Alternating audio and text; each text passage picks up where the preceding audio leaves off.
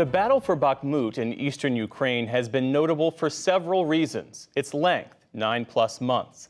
Its savagery, tens of thousands of Ukrainians and Russians, mostly soldiers, have died there. And for the man who's pressed the fight for the Kremlin, the mercenary leader Yevgeny Prigozhin. As Stephanie Tsai explains, Prigozhin and his Wagner paramilitary group are now the tip of the spear for Russia in Ukraine. In Russian-occupied Bakhmut, one man has stolen the spotlight. Days after declaring victory, Wagner Group chief Yevgeny Prigozhin congratulates his fighters and orders them to leave. We are pulling units out of Bakhmut. We're transferring positions, ammunition to the military, everything. But if the military are in a tough situation, of course, we are leaving those who played a crucial part in capturing Bakhmut. Prigozhin's private military group has led the fighting in the months-long bloody battle that turned Bakhmut into a ruin. Most of Wagner's fighters are convicted Russian criminals. This video went viral last year of a man believed to be Prigozhin recruiting prisoners from a penal colony. They were promised freedom for 6 months of frontline service, their lives treated as expendable. Prigozhin says 20,000 Wagner mercenaries were killed in Bakhmut. This is a military that is so challenged with its manpower, with its ammunition, with its supplies, that it has had to turn to the use of prisoners and thrown them into what Prigozhin has called the Bakhmut meat grinder. Candace Rondeau has been writing a book on the Wagner Group. Yevgeny Prigozhin is a complex man with a complex history and very complex ambitions. He served a 10-year sentence for violent crimes that he committed in St. Petersburg as a young man. He worked in hard labor camps, and when he came out, he kind of transformed himself into this kind of mafia entrepreneur.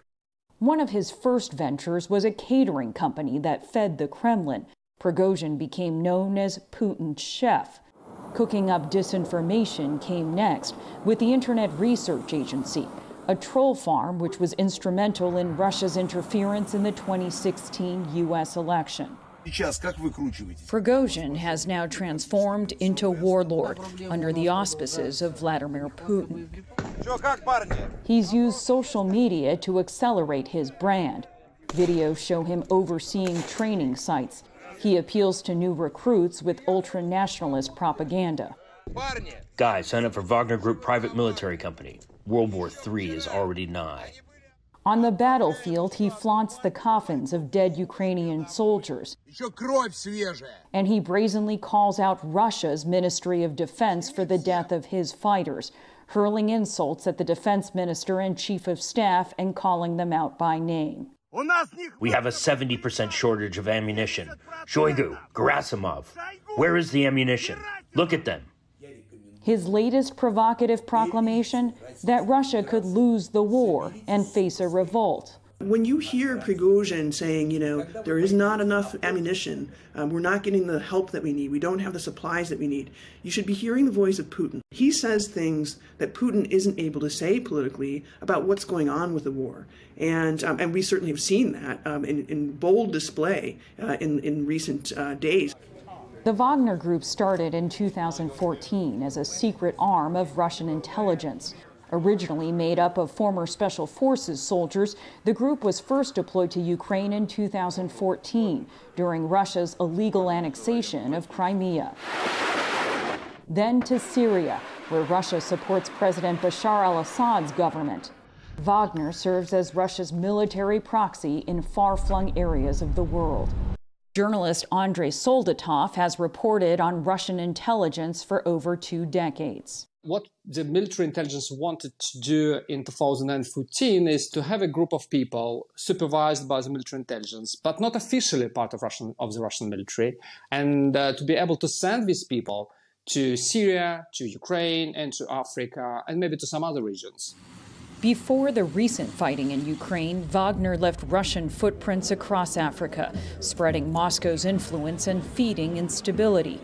Researchers say there are thousands of Wagner mercenaries in about a dozen countries. It has links to the ongoing conflict in Sudan. The U.S. said it gave weapons to Sudan's paramilitary faction. It has also fueled the civil war in the Central African Republic and aided the anti-Western pro-Russian military junta in Mali, accused of war crimes. The Kremlin uses Wagner as a tool, says New America's Candace Rondeau. They're really important for Putin in terms of diverting attention away from Russian activities in places where they're not supposed to be operating. They fulfill the role of circumventing sanctions, and they turn to the Wagner Group as the kind of enforcer and sort of mercenary service provider, and in exchange they get gold, diamonds, oil, gas, things that are exportable and that can be turned into hard dollars, hard cash, which is extremely important for Russia. The war in Ukraine helped Prigozhin bring the Wagner Group out of the shadows and grow it into a private military empire. Because of this war and because of the ambitions of Prigozhin, well, quite quickly, the group emerged as the most visible part of the Russian military. Now we have billboards advertising Wagner on the streets of Russian cities, a completely unprecedented thing. Despite his audacious outbursts against the Kremlin elite, Putin needs Prigozhin, at least for now. The thing people need to understand is that Prigozhin is always conscious of the fact, like many who are close to Putin, that he is expendable, that at any time Putin could decide, I don't need you anymore, your services are no longer useful to me, or more importantly, you're becoming a danger to me, you're becoming a threat to me. Make no mistake of who is in charge, she says. Prigozhin's power only exists at the mercy of Putin. For the PBS NewsHour, I'm Stephanie Tsai.